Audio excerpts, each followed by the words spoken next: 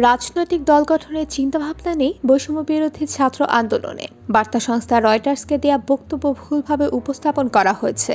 কিছু গণমাধ্যম বাজেভাবে বা উদ্দেশ্যমূলক অনুবাদ করেছে বলে অভিযোগ করেছেন বৈষম্য বিরোধী ছাত্র আন্দোলনের লিয়াজো কমিটির সমন্বয়ক মাহফুজ আলম।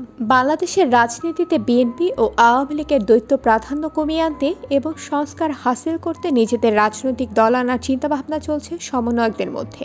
ছাত্র জনতার আন্দোলনের মাধ্যমে শেখ হাসিনার সরকারকে হটানোর পর দ্রুত নির্বাচন ও অন্যান্য ইস্যুতে নিজেদের চাওয়া পূরণে এই দল আনা হবে। ৩ জন সমন্বয়কের বরাত দিয়ে আজ শুক্রবার এমন একটি প্রতিবেদন প্রকাশ করেছে বার্তা সংস্থা রয়টার্স। এ প্রসঙ্গে এক বিবৃতিতে মাহফুজ আলম বলেন, রয়টার্সে তার বক্তব্য ছিল তারা রাজনৈতিক সংগঠন নিয়ে এখনই ভাবছেন না। ফ্যাসিবাদী ব্যবস্থার বিলোপ এবং নতুন রাজনৈতিক বন্দোবস্তের জন্য তারা কাজ করছেন। গণ অভ্যুত্থানের চেতনা ধরে রাখা এবং সরকারকে সংহত করা তাদের প্রাথমিক লক্ষ্য। রাষ্ট্র ও সমাজের নানা অংশীজনের সঙ্গে কথা বলে আমরা আগামী বাংলাদেশের রূপরেখা নিয়ে কাজ করবেন। মাহফুজ আরও বলেন, এ কাজে অন্তত 1 মাস লাগবে। আর রয়টার্সও লিখেছে 1 মাস পর নির্ধারিত হবে তারা দল করবেন কি করবেন না। তবে রয়টার্স একটি ভুল করেছে। নাগরিকদের বদলে তারা ভোটার শব্দটি ব্যবহার করেছে, অথচ নির্বাচনী রাজনীতি নিয়ে তাদের খুব কমই কথা হয়েছে।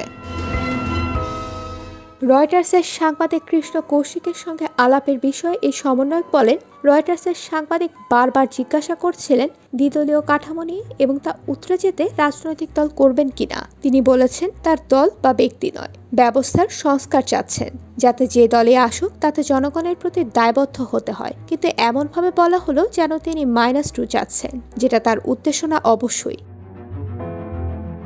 তিনি বলেন, এখনকার লক্ষ্য রাজনৈতিক লড়াইকে সুনির্দিষ্ট উদ্দেশ্য নিয়ে গঠনমূলক কাজের দিকে চালিত করা। উপযুক্ত সময়ে রাজনৈতিক গঠন কেমন হবে তা সবাই জানতে পারবেন। প্রায় একই কথা বলেছেন আন্দোলনের অন্যতম সমন্বয়ক ও অন্তর্বর্তীকালীন সরকারের উপদেষ্টা নাহিদ ইসলাম। তিনি বলেন, রাজনৈতিক দল গঠন তাদের গণ অভ্যুত্থানের অভিমুখ না। এই মুহূর্তে প্রয়োজন অভ্যুত্থানে আহত ও শহীদদের পরিবারের পাশে দাঁড়ানো, নতুন করে দেশ গঠন, সংস্কার ও অভ্যুত্থানের স্পিরিট ও জাতীয় ঐক্য ধরে রাখা। ছাত্র জনতা ও অন্তর্বর্তীকালীন সরকার সে লক্ষ্যে কাজ করবে।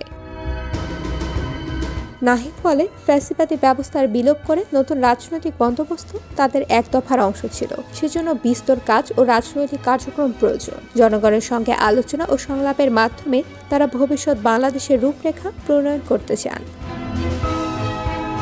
রাজনৈতিক দল গঠনের ঘোষণা দিয়ে বিতর্ক প্রসঙ্গে তিনি বলেন, এই মুহূর্তে রাজনৈতিক দল গঠনের কোনো পরিকল্পনা নেই। ছাত্র জনতা অভ্যুত্থানের স্পিরিট রক্ষায় সামাজিক রাজনৈতিক শক্তি হিসেবে করবে এবং সরকার জনগণের আকাঙ্ক্ষা অনুযায়ী রাষ্ট্র পুনর্গঠনের লক্ষ্যে কাজ করবে।